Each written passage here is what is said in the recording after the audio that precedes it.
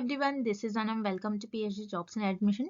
सो आज के इस वीडियो में हम DUET यानी दिल्ली यूनिवर्सिटी के पीएचडी एंट्रेंस एग्जामिनेशन के 2018 के प्रीवियस ईयर क्वेश्चंस हम डिस्कस करने जा रहे हैं रिसर्च मेथडोलॉजी पर। तो जो भी आपके जो एमसीक्यूज है उसको मैंने डिटेल में एक्सप्लेन करा है, पूरे कॉन्सेप्ट्स आपके क्लियर हो जाएंगे एमसीक्यूज के थ्रू ही। फिर भी आपके जो भी क्वेश्चंस है, आपके जो भी डाउट्स है, आप मुझे कमेंट सेक्शन में पूछ सकते हो और आपको इस सेशन को आखिर तक देखना है, बहुत ही इंपॉर्टेंट सेशन होने वाला है। So let's begin with this lecture. So MCQ से स्टार्ट करने से पहले मैं आपको बता दूं कि DU यूनिवर्सिटी के पीएचडी एंट्रेंस एग्जामिनेशन में टोटल आपको 50 एमसीक्यूज पूछा जाता है। 50 एमसीक्यूज जो होता है आपको, उसमें एक क्वेश्चन जो होता है, एक एमसीक्यूज जो होता है 4 मार्क के लिए होता है। तो उस तरीके से आपका टोटल पेपर 200 मार्क्स का होता है, जिसमें 100 मार्क्स आपका रिसर्च मेथडोलॉजी पर बेस्ड होता है और रिमेनिंग 100 आपका सब्जेक्ट स्पेसिफिक होता है। तो 100 मार्क्स फॉर रिसर्च मेथडोलॉजी आपको पूछा जाएगा। सो रिसर्च मेथडोलॉजी के लिए मैं आपको बता दूं, यहाँ पर हम आपको कंप्लीट कोर्स प्रोवाइड कर रहे हैं और आपको एग्जामिनेशन में भी सिर्फ एग्जामिनेशन को क्वालिफाई करने के लिए मिनिमम 100 मार्क्स आपको एग्जामिनेशन में लेकर आना ही है। तो मैं आपको बता दूं, हमारे कोर्स के थ्रू आप इजीली पासिंग मार्क्स स्कोर कर सकते हो, यानी 100 में से 85 टू 90 मार्क्स तक आपको हम गारंटी के साथ कहते हैं कि आपको एग्जाम में आ सकता है। हमारा ये 90% गारंटीड कोर्स है, जिसमें जैसे कि आप स्क्रीन पर देख सकते हो, हम आपको वीडियो लेक्चर्स प्रोवाइड करते हैं, जो कि थ्योरी एमसीक्यूज दोनों वीडियो लेक्चर्स है। मॉक टेस्ट है, टोटल 10 मॉक टेस्ट है। देन उसके बाद नोट्स हम आपको प्रोवाइड करते हैं and 1500 plus revision MCQs PDF. और ये जो सारा कोर्स है आपको दोनों लैंग्वेज में देखने मिलेगा, Hindi as well as in English. तो काफी, जैसे कि मैंने आपको कहा, 90% हमारा जो कोर्स है वो हमारा जो है टेस्टेबल कोर्स है। 90% स्टूडेंट्स हमारा हर टाइम सारे जो यूनिवर्सिटी के लिए होता है 90% एंड अबव रिजल्ट होता है। तो याद रखना है, ज्यादा टाइम वेस्ट नहीं करना है। आपके एग्जामिनेशन की भी डेट रिलीज हो चुकी है, तो आपको जल्द से जल्द हमारे कोर्स को परचेस करना है। परचेस करने के लिए स्क्रीन पर जो आपको नंबर नजर आ रहा है, उस पर व्हाट्सएप के थ्रू आपको हमें कांटेक्ट करना है, या फिर आप हमारे ऐप के थ्रू भी स्टडी मटेरियल को एक्सेस कर सकते हो, जिसके लिए लिंक मैंने आपके साथ नीचे comment section as well as description box में भी शेयर कर रखा है। So that's it and let's begin with the MCQs. First question, a research paper is a brief report of research work based on। इस question में हमें find out करना है कि आप आपके रिसर्च पेपर में आपका जो रिसर्च का वर्क है उसको आप ब्रीफ में बताते हो, आपने क्या क्या आपके रिसर्च का वर्क है, आपने क्या क्या रिसर्च में काम किया है। सो रिसर्च पेपर में आपका जो भी आपके रिसर्च का वर्क होता है वो कौन से डेटा पर बेस्ड होता है, हमें इस क्वेश्चन में फाइंड आउट करना है। सो रिमेंबर, रिसर्च में दो टाइप का डेटा होता है, एक होता है आपका प्राइमरी डेटा और एक होता है आपका सेकेंडरी डेटा। अब प्राइमरी डेटा क्या होता है? प्राइमरी डेटा वो डेटा होता है जिसमें रिसर्चर डेटा को खुद जनरेट करता है, जैसे क्वेश्चनर्स के थ्रू, सर्वेस के थ्रू, इंटरव्यूज के थ्रू, ऑब्जर्वेशंस के थ्रू, इन सारे मेथड्स के थ्रू रिसर्चर खुद डेटा को जनरेट करता है। सो वो आपका आ जाता है प्राइमरी डेटा में। और सेकेंडरी डेटा क्या होता है? जो रिसर्चर खुद जनरेट नहीं करता है, जो कि ऑलरेडी पब्लिश डेटा होता है, ऑलरेडी जो अवेलेबल डेटा होता है उसी को रिसर्च अपने रिसर्च में यूज करता है। अब ऑलरेडी पब्लिश डेटा हो सकता है आर्टिकल्स में, जर्नल्स में, न्यूज़पेपर्स में, ओके। इस सारे में आपकी जो इंटरनेट्स के थ्रू आप डेटा लेते हो तो वो ऑलरेडी पब्लिश डेटा होता है, तो वो आपका हो जाता है सेकेंडरी डेटा। तो प्राइमरी डेटा वो डेटा होता है जो रिसर्चर खुद जनरेट करता है, और सेकेंडरी डेटा वो डेटा होता है जो रिसर्चर खुद जनरेट नहीं करता है, बल्कि ऑलरेडी अवेलेबल डेटा होता है, ऑलरेडी पब्लिश डेटा होता है, उसको हम कहते हैं सेकेंडरी डेटा। अब रिसर्च पेपर में रिसर्चर अपनी वर्क में जब रिसर्चर रिसर्च करते हैं तो रिसर्चर प्राइमरी डेटा का यूज करते हैं as well as secondary data का भी। प्राइमरी डेटा जो रिसर्च में रिसर्चर ने खुद जनरेट किया होगा, और सेकेंडरी डेटा मतलब रिसर्चर ने जो टॉपिक पर रिसर्च करते हैं रिसर्चर, कुछ पुराने रिसर्चर का आर्टिकल्स, उनका कुछ कंटेंट यूज करा होगा। तो रिसर्च पेपर में दोनों भी टाइप का डेटा इन्वॉल्व होता है, primary as well as secondary. That's why आपका करेक्ट ऑप्शन हो जाएगा option C, both primary and secondary. तो रिसर्च पेपर में दोनों भी टाइप का डेटा होगा, आपको याद रखना है। This is very important question. आपका जो रिसर्च वर्क करते हो, रिसर्च में आप जो भी टॉपिक पर रिसर्च करते हो, तो आप रिसर्च का वर्क आपका सारा रिसर्च पेपर में बताते हो। सो रिसर्च पेपर में आप दोनों भी टाइप का यूज करोगे data, primary as well as secondary. So यहाँ पर आपका ऑप्शन सी करेक्ट हो जाएगा। Next, a blueprint of research work is called. इस क्वेश्चन में हमें फाइंड आउट करना है ब्लूप्रिंट ऑफ रिसर्च को हम और क्या कहते हैं। So remember, remember students, blueprint of research को हम कहते हैं रिसर्च डिजाइन। सो रिसर्च डिजाइन क्या होता है? रिसर्च डिजाइन में आप सब कुछ पहले से प्लान कर लेते हो कि आप आपकी रिसर्च में क्या क्या करने वाले हो। ओके, ब्लूप्रिंट का ही मतलब होता है कि प्लान। ओके, जैसे फॉर एग्जांपल मैं ये डिसाइड कर लूंगी कि रिसर्च करने से पहले मैं किन मेथड से डेटा को कलेक्ट करूंगी, कौन कौन से टेक्निक्स यूज करूंगी, कैसे डेटा को कलेक्ट करेंगे, बाय इंटरव्यूज और बाय ऑब्जर्वेशंस। ओके, सो ये सारे चीजें हम पहले ही से डिसाइड कर लेते हैं। सो उसे हम कहते हैं ब्लूप्रिंट और रिसर्च डिजाइन। दैट्स व्हाई यहाँ पर आपका ऑप्शन बी करेक्ट हो जाएगा। So here correct option is option B, research design. Moving on to the next question. Action research means, इस क्वेश्चन में हमें फाइंड आउट करना है कि एक्शन रिसर्च क्या होती है। सो रिमेंबर, एक्शन रिसर्च वो रिसर्च होती है जिसमें आप किसी भी प्रॉब्लम को इमीडिएटली सॉल्व करते हो, किसी भी प्रॉब्लम का इमीडिएट सोल्यूशन फाइंड आउट करते हो। सो एक्शन रिसर्च जो है ज्यादातर टीचिंग फील्ड में यूज करी जाती है। अब जैसे मान लो एक टीचर है, टीचर क्लास में कुछ कॉन्सेप्ट बच्चों को समझा रही है और वो कॉन्सेप्ट बच्चे समझ नहीं पा रहे हैं, तो टीचर क्या करेगी यहाँ पर, अपना टीचिंग मेथड चेंज कर लेंगी, कुछ और मेथड से बच्चों को पढ़ाने लगेगी। सो यहाँ पर टीचर ने क्या कर लिया, एक मेथड यूज करा और बच्चों को समझ में नहीं आ रहा था वो कॉन्सेप्ट, तो टीचर ने सेकेंड मेथड यूज कर बच्चों को उस कॉन्सेप्ट को समझा लिया। तो टीचर ने क्या कर लिया, यहाँ पर इमीडिएटली एक प्रॉब्लम थी उसका सोल्यूशन फाइंड आउट करा।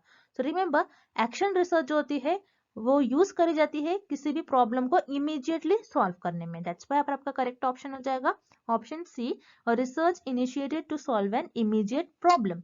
देन यहाँ पर आपको ऑप्शन ए गिवन है, और लॉन्जिट्यूडनल रिसर्च। लॉन्जिट्यूडनल रिसर्च वो रिसर्च होती है जो लंबे समय के लिए की जाती है, बट एक्शन रिसर्च तो इमीडिएटली किसी भी प्रॉब्लम को सॉल्व करने के लिए की जाती है। दैट्स व्हाई यहाँ पर आपका ऑप्शन ए इनकरेक्ट हो जाएगा।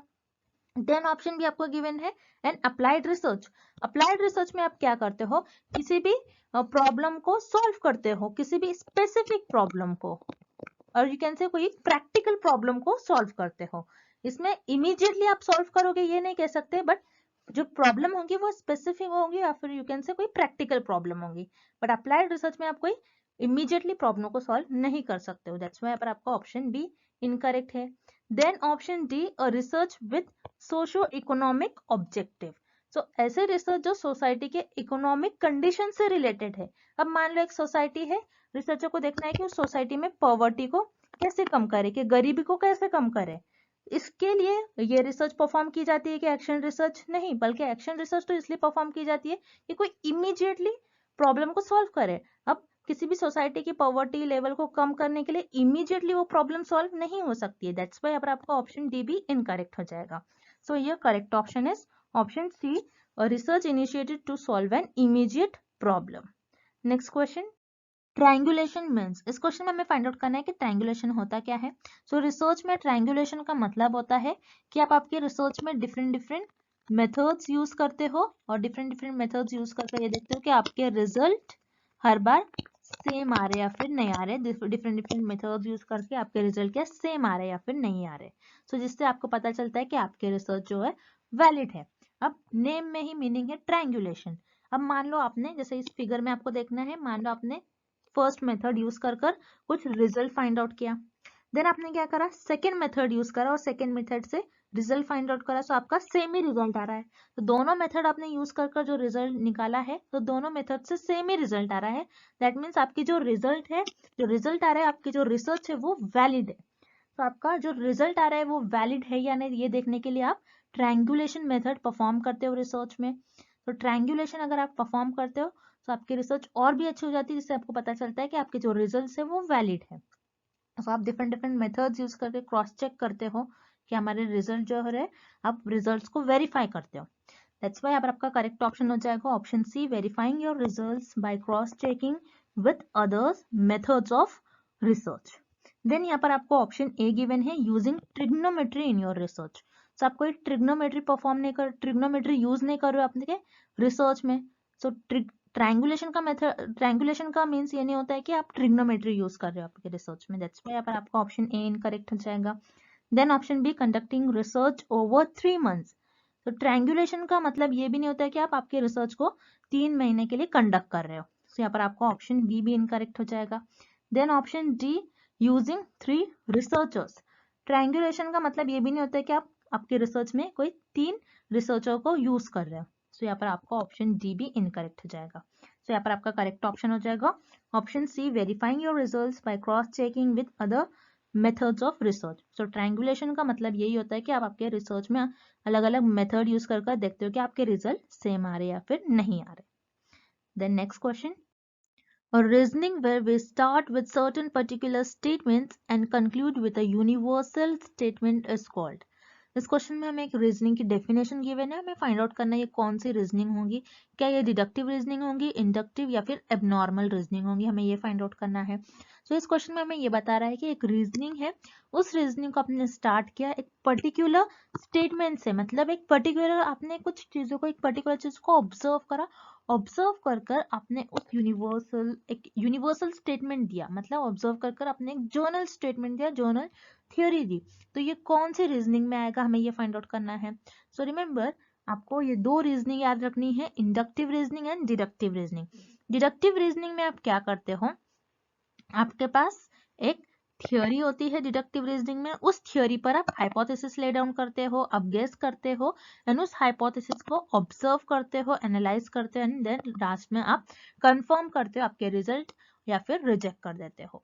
देन इंडक्टिव रीजनिंग में क्या होता है, आप ऑब्जर्व करते हो कोई चीज को, जैसा इस क्वेश्चन में हमें गिवन है एक पर्टिकुलर स्टेटमेंट को कंक्लूड किया, एक पर्टिकुलर स्टेटमेंट को ऑब्जर्व किया, देन एक पैटर्न फॉलो किया, देन उस पर एक टेंटेटिव हाइपोथेसिस ले डाउन करा एंड देन उसके बेसिस पर एक थ्योरी जनरेट करा। यूनिवर्सल स्टेटमेंट मतलब एक यूनिवर्सल, सबके लिए एक थ्योरी, एक जर्नल थ्योरी डेवलप किया। तो इंडक्टिव रीजनिंग वो रीजनिंग होती है जिसमें आप पर्टिकुलर स्टेटमेंट को कंक्लूड करते हैं, पर्टिकुलर स्टेटमेंट को ऑब्जर्व करते हैं एंड कंक्लूड कर आपको यूनिवर्सल स्टेटमेंट देते हो, मतलब एक जर्नल थ्योरी देते हो। सो ये आपकी डेफिनेशन हो जाएगी इंडक्टिव रीजनिंग की। वेराज डिडक्टिव रीजनिंग में आप क्या करते हो, आपके पास ऑलरेडी थ्योरी अवेलेबल होती है, उस पर हाइपोथेसिस ले डाउन करते हो, उस थ्योरी को आप ऑब्जर्व करते हो, एनालाइज करते हो एंड देन रिजल्ट देते हो।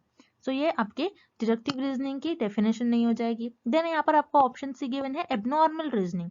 एबनॉर्मल रीजनिंग आपके साइकोलॉजी से रिलेटेड एक टर्म है। सो ये आपका ऑप्शन सी इनकरेक्ट हो जाएगा।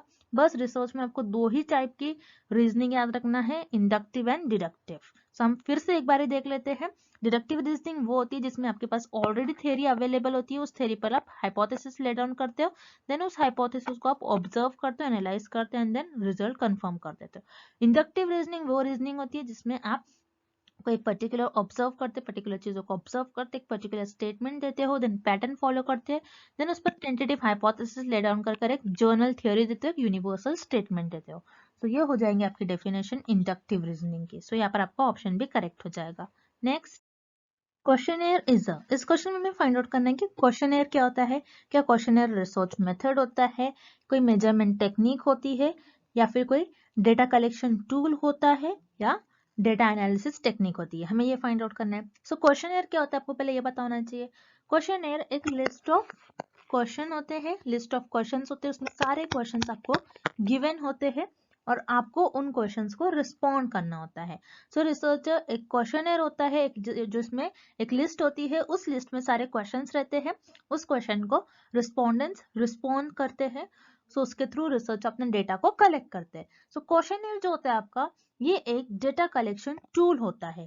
दैट्स व्हाई पर आपका करेक्ट ऑप्शन हो जाएगा option C. So data collection tool होता है क्वेश्चनर, जिसके हेल्प से आप और रिसर्चर अपने रिसर्च में डेटा को कलेक्ट करते हैं। ये कोई रिसर्च मेथड नहीं होता है, ना ही आप इसको मेजर कर सकते हो। सो ऑप्शन ए और बी दोनों इनकरेक्ट हो जाएगा। Then option D, data analysis technique. अब आपके पास क्वेश्चनर में डेटा नहीं होता, आप उसको एनालाइज नहीं करते हो। सो यहाँ पर आपका ऑप्शन डी भी इनकरेक्ट हो जाएगा। सो क्वेश्चनर क्या होता है, एक बार हम फिर से देख लेते हैं। क्वेश्चनर आपका एक लिस्ट ऑफ क्वेश्चंस होती है, जिसको रिसर्चर रिस्पोंडेंट को देते हैं और रिस्पोंडेंट उनका रिस्पॉन्स देते हैं और उसके थ्रू रिसर्चर अपने रिसर्च में डेटा कलेक्ट करते हैं। So questionnaire is a tool for data collection. तो यहाँ पर आपका ऑप्शन सी करेक्ट हो जाएगा। Next, which of the following are the sources of primary data in remote sensing. इस क्वेश्चन में हमें फाइंड आउट करना है कि इन ऑप्शंस में से कौन से ऑप्शन में हमें प्राइमरी डेटा का सोर्स गिवन है इन रिमोट सेंसिंग। रिमोट सेंसिंग का मतलब है जिसको आप टच नहीं कर रहे, जिसको आप दूर से ही परफॉर्म करते हो डेटा कलेक्ट करने के लिए। सो प्राइमरी डेटा क्या होता है आपको पहले ये पता होना चाहिए। सो याद रखिएगा, रिसर्च में आपके 2 टाइप्स के डेटा होता है। एक होता है आपका प्राइमरी डेटा एंड सेकेंड होता है आपका सेकेंडरी डेटा। तो प्राइमरी डेटा क्या होता है? प्राइमरी डेटा वो डेटा होता है जो रिसर्चर खुद जनरेट करते हैं, उसे हम कहते हैं प्राइमरी डेटा। और सेकेंडरी डेटा क्या होता है? जो रिसर्चर खुद जनरेट नहीं करते बल्कि वो डेटा पब्लिश्ड डेटा होता है, जो ऑलरेडी अवेलेबल डेटा होता है, उसे हम कहते हैं सेकेंडरी डेटा। अब इस क्वेश्चन में हमें पूछ रहा है कि प्राइमरी डेटा का एग्जाम्पल हमें किस ऑप्शन में गिवन है? इन रिमोट सेंसिंग, मतलब आप जिसको दूर से ही परफॉर्म करते हो, दूर से ही डेटा कलेक्ट करते हो। सो वन बाय वन हम ऑप्शन देखेंगे। Option A, unpublished maps and reports, मतलब मैप्स और रिपोर्ट्स है जो अनपब्लिश नहीं है, अभी तक पब्लिश नहीं हुई, लेकिन किसी ने तो कोई ना कोई है जो मैप्स और रिपोर्ट्स पर काम कर रहा है, अभी तक पब्लिश नहीं हुई है, तो किसी दूसरे का काम है, अभी तक पब्लिश नहीं हुआ है, तो आप उसको नहीं कहोगे कि वो प्राइमरी डेटा है। दैट्स व्हाई पर आपका ऑप्शन ए इनकरेक्ट हो जाएगा। Then option B, ground survey, aerial photographs and satellite images. So ground survey क्या होता है? जैसे आपने देखा होगा किसी रोड का कंस्ट्रक्शन हो रहा है, सो उस रोड को मेजर किया जाता है, प्रॉपर देखा जाता है, उसको ऑब्जर्व किया जाता है, उसकी जो सैंड है उसको देखा जाता है किस टाइप की है। सो ग्राउंड सर्वे ये रिसर्चर खुद करता है, खुद चीजों को मेजर करता है, सो ये आपका प्राइमरी डेटा में आ जाएगा। एरियल फोटोग्राफ्स जैसे आपने आजकल देखा होगा ड्रोन्स के थ्रू फोटोग्राफ्स लिया जाता है एयर में, जिसमें आप कैमरा होता है, जैसा बहुत सारे वेडिंग्स में आजकल एरियल फोटोग्राफ्स का यूज किया जाता है। उसी तरीके से सैटेलाइट इमेजेस, सैटेलाइट्स के बारे में इंफॉर्मेशन जानने के लिए सैटेलाइट से इमेजेस कलेक्ट करा जाता है। सो ये सारे जो टर्म्स है हम ज्यादातर ज्योग्राफिकल रिसर्च में यूज करते हैं। So ground survey, aerial photographs and satellite images ये रिसर्चर खुद जनरेट कर रहा है, खुद इसके हेल्प से डेटा को कलेक्ट कर रहा है। सो यहाँ पर ऑप्शन बी आपका ये एग्जाम्पल होगा आपका प्राइमरी डेटा का in remote sensing. That's why आपका करेक्ट ऑप्शन हो जाएगा option B. Next, multicollinearity occurs when. इस क्वेश्चन में हमें फाइंड आउट करना है कि मल्टीकोलिनियरिटी कब अकर होती है। अब मल्टीकोलिनियरिटी का मतलब क्या होता है, हम एक एग्जांपल के थ्रू समझते हैं। जैसे मान लो मैं इस केस में मैं एक स्टडी कर रही हूँ और मैं ये देख रही हूँ एयर, वाटर, विंड, टेम्परेचर, ये सारे मेरे इस केस में क्या हो जाएंगे? Independent variable. इन सारे इंडिपेंडेंट वेरिएबल का मैं इफेक्ट देखूंगी कि प्लांट की ग्रोथ पर क्या हो रहा है, और प्लांट की ग्रोथ मेरा हो जाएगा डिपेंडेंट वेरिएबल, क्योंकि मैं प्लांट की ग्रोथ को ऑब्जर्व कर रही हूँ। तो इस केस में जो इंडिपेंडेंट वेरिएबल है मेरे पास, ये एक से ज्यादा इंडिपेंडेंट वेरिएबल है। तो यहाँ पर जब ऐसे इंडिपेंडेंट वेरिएबल जो एक दूसरे से कोरिलेटेड हो, ये बहुत सारे इंडिपेंडेंट वेरिएबल हैं और ये एक दूसरे से हाईली कोरिलेटेड है, हाईली इंटर कोरिलेशन है इनके बीच में, air, water, wind and temperature ये एक दूसरे से रिलेटेड है। तो इस केस में आप ये कहोगे कि मल्टी कोलिनियरिटी कब अकर होती है? जब आपकी जो इंडिपेंडेंट वेरिएबल है ये एक से ज्यादा हो और इनके बीच में हाई कोरिलेशन हो, ये एक दूसरे से इनके बीच में हाई इंटर कोरिलेशन होगा, तब आप उसको कहोगे, इस फेनोमेना को आप कहोगे मल्टी कोलिनियरिटी। ओके, सो यहाँ पर आपका ऑप्शन ए करेक्ट हो जाएगा। There are high inter correlation among the independent variable. Then हम रिमेनिंग ऑप्शन भी देख लेते हैं। Option B, the independent variable are mutually exclusive. Mutually exclusive मतलब एक दूसरे से डिफरेंट, एक दूसरे से डिफरेंट तो नहीं होता है, बिकॉज इनमें क्या है, हाई इंटर कोरिलेशन, एक दूसरे से हाईली कोरिलेटेड है। सो यहाँ पर आपका ऑप्शन बी इनकरेक्ट हो जाएगा। Then option C, independent variables are irrelevant. Irrelevant मतलब एक दूसरे से रिलेटेड नहीं है, ऐसा तो नहीं है, क्योंकि इनके बीच में हाई कोरिलेशन है, एक दूसरे से हाईली कोरिलेटेड है ये। तो यहाँ पर आपका ऑप्शन सी इनकरेक्ट है। Then option B, there are too many independent variables. हाँ, इंडिपेंडेंट वेरिएबल्स हमारे पास बहुत ज्यादा है, लेकिन मल्टी कोलिनियरिटी का मतलब क्या होता है, आपके पास इंडिपेंडेंट वेरिएबल बहुत ज्यादा हो और उनमें जो रिलेशन है वो हाईली एक दूसरे से कोरिलेटेड होना चाहिए। सो यहाँ पर आपका ऑप्शन डी, आप कहोगे कि 50% सही है, लेकिन ये टोटली आपका आंसर करेक्ट नहीं होगा। सो यहाँ पर आपका ऑप्शन डी भी इनकरेक्ट हो जाएगा। मल्टी कोलिनियरिटी का मतलब क्या होता है, आपके पास बहुत ज्यादा इंडिपेंडेंट वेरिएबल्स होना चाहिए, बट उनके बीच में जो रिलेशन है वो हाईली इंटर कोरिलेशन होना चाहिए, वो हाईली एक दूसरे से उनके बीच में हाईली इंटर कोरिलेशन होना चाहिए, एक दूसरे से उनके बीच में कोरिलेशन होना चाहिए, एक दूसरे से रिलेटेड होना चाहिए, तब आप कहोगे कि वो फेनोमेना जो है वो आपका मल्टी कोलिनियरिटी है। सो यहाँ पर आपका ऑप्शन है करेक्ट हो जाएगा। There are high inter correlation among the independent variables. Next, which of the following is the characteristics of qualitative research. इस क्वेश्चन में हमें क्वालिटेटिव रिसर्च के कैरेक्टरिस्टिक फाइंड आउट करना है कि किस ऑप्शन में हमें क्वालिटेटिव रिसर्च के कैरेक्टरिस्टिक्स गिवन है। अब क्वालिटेटिव रिसर्च जैसे नेम में ही मीनिंग है, ऐसा क्वालिटेटिव रिसर्च में जो भी आपके पास डेटा होता है वो क्वालिटी बताता है किसी चीज की। और क्वालिटेटिव रिसर्च याद रखिएगा अनस्ट्रक्चर होती है। क्वालिटेटिव रिसर्च आपकी अनस्ट्रक्चर होती है, इसमें आप कोई स्ट्रक्चर फॉलो नहीं करते हो। तो जैसे ऑप्शंस देखते हैं हम वन बाय वन के क्वालिटेटिव रिसर्च के कैरेक्टरिस्टिक्स हमें किस ऑप्शन में गिवन है। डिजाइन फ्लेक्सिबिलिटी क्योंकि क्वालिटेटिव रिसर्च क्या होती है, अनस्ट्रक्चर होती है, तो वो फ्लेक्सिबल होती है, आप किसी भी वे में इसको परफॉर्म कर सकते हैं। आपके पास एक पर्टिकुलर कोई स्ट्रक्चर नहीं होता कि आपको इसी वे में आपको जाना है, आप रैंडमली कोई भी स्टेप परफॉर्म कर सकते हो, किसी भी तरीके से आप की रिसर्च को परफॉर्म कर सकते हो। तो यहाँ पर आपका ऑप्शन ए करेक्ट हो जाएगा, design flexibility. Then option B inductive analysis क्या होता है, आप इंडक्टिव वे से डेटा कलेक्ट करते हो, मतलब आपके जो ऑब्जर्वेशंस रहते हैं, आपके जो एनालिसिस होते हैं, उसी के बेसिस पर आप क्या करते हो, एक जर्नल थियोरी देते हो, एक जर्नल थियोरी देते हो, थियोरी डेवलप करते हो। सो इंडक्टिव एनालिसिस ये आपके क्वालिटेटिव रिसर्च की कैरेक्टरिस्टिक्स होती है। सो यहाँ पर आपका ऑप्शन बी भी करेक्ट है। Then option C context sensitivity. Context sensitivity क्या होती है, कंटेक्स्ट का मतलब क्या होता है, बैकग्राउंड। मतलब मान लीजिए आप कोई फिल्म बना रहे और वो इंडियन मूवी है, तो अगर आप इंडियन मूवी को इंडिया में ही लॉन्च करोगे तभी वो मूवी चलेगी। अगर उसी मूवी को आप कोई और कंट्री में लॉन्च करोगे तो वो मूवी तो नहीं चलेगी। मतलब आप ये बताते हो आपका जो भी डेटा है कौन से कॉन्टेक्स्ट है, कौन से बैकग्राउंड से रिलेटेड है। सो कॉन्टेक्स्ट सेंसिटिविटी, जैसे फिल्म है कोई, तो फिल्म में नंबर्स के फॉर्म में कोई एक स्ट्रक्चर नहीं होता है। आपके पास जो भी क्वालिटेटिव रिसर्च में जो भी आपके पास डेटा होता है वो वर्ड्स और टेक्स्ट के फॉर्म में होता है। उसी तरीके से कंटेक्स्ट सेंसिटिविटी जो भी होता है ये आपका क्वालिटेटिव रिसर्च का कैरेक्टरिस्टिक होता है, जिसमें आप किसी बैकग्राउंड के बेसिस पर एक थ्योरी देते हो। तो यहाँ पर आपका ऑप्शन ए, बी एंड सी ये तीनों भी करेक्ट है। तो यह correct option is option D, all the above. Next, dash is a measure that refers to the extent of symmetry or asymmetry in a distribution. इस क्वेश्चन में हमें find out करना है ऐसा कौन सा टूल होता है जिसमें आप सिमेट्री और असिमेट्री डिस्ट्रीब्यूशन को मेजर करने के लिए आप यूज करते हो। सो वो टूल होता है आपका स्क्यूनेस टूल। अब स्क्यूनेस टूल क्या होता है, जिसमें आप आपके जो डिस्ट्रीब्यूशन है उसमें सिमेट्री और असिमेट्री को मेजर करते हो। जैसे आपको इस फिगर में देखना है, अगर आपका डिस्ट्रीब्यूशन सिमेट्रिक है, मतलब कुछ इस तरीके का आपका डायग्राम दिखेगा। सिमेट्रिक मतलब अगर आपका जो डिस्ट्रीब्यूशन है आपका, मान लो अपने कोई पॉपुलेशन पर आप स्टडी कर रहे हो और उस पॉपुलेशन की इंफॉर्मेशन कुछ इस तरीके से स्प्रेडेड है, तो उससे आप कहोगे कि आपका जो डिस्ट्रीब्यूशन है वो सिमेट्री है। मतलब अगर आप इसको बीच से कट करते हो तो आपका जो लेफ्ट साइड में जितना आपको दिखता है इमेज और राइट साइड में दिखता है, ये दोनों आपकी मिरर इमेज होंगी, दोनों साइड भी आपको एक जैसे ही इमेज दिखेगी। उसे आप कहते हो सिमेट्रिकल डिस्ट्रीब्यूशन। सो सिमेट्रिकल डिस्ट्रीब्यूशन ये आप स्क्यूनेस से भी मेजर करते हो। और असिमेट्री, मान लो आपका जो डिस्ट्रीब्यूशन है लेफ्ट साइड में अगर टिल्टेड है तो इसके लिए भी आप स्क्यूनेस का यूज करोगे, स्क्यूनेस टूल का यूज करोगे, जिसे आप कहते हो पॉजिटिव स्क्यू। अगर आपका जो ग्राफ है, आपका जो डिस्ट्रीब्यूशन है ये राइट साइड में टिल्टेड है, जिसे आप कहते हो negative skew.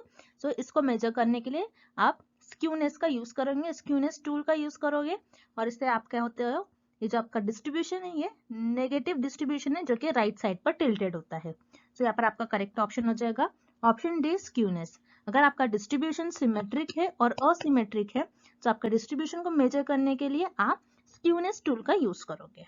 Next, thank you for watching this video. I hope this lecture is helpful for you all and good luck with your preparations.